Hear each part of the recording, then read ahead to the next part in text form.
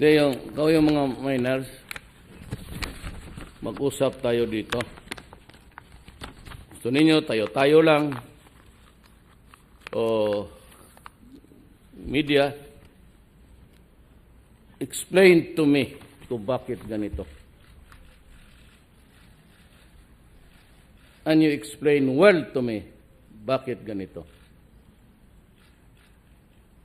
Explain to us, to the lawmakers, such degradation of.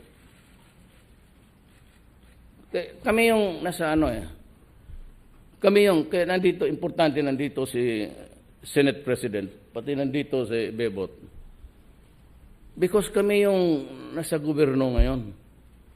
Tapos i-charge mo sa akin ito sa aking panahon. Ay, anak ng... sino ba nanagot nito? Di ako, pati ito. Kayo yung nasa power. Kayo yung pretentious dyan that we will work for the benefit of the people. God damn these people, you're always forgotten.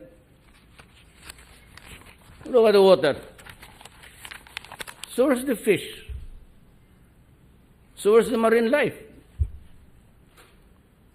Or where's the aquatic life there?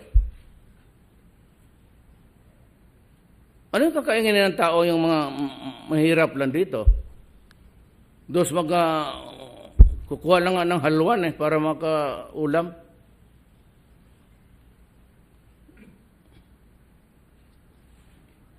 So what can your 70 billion do for the government? Nothing.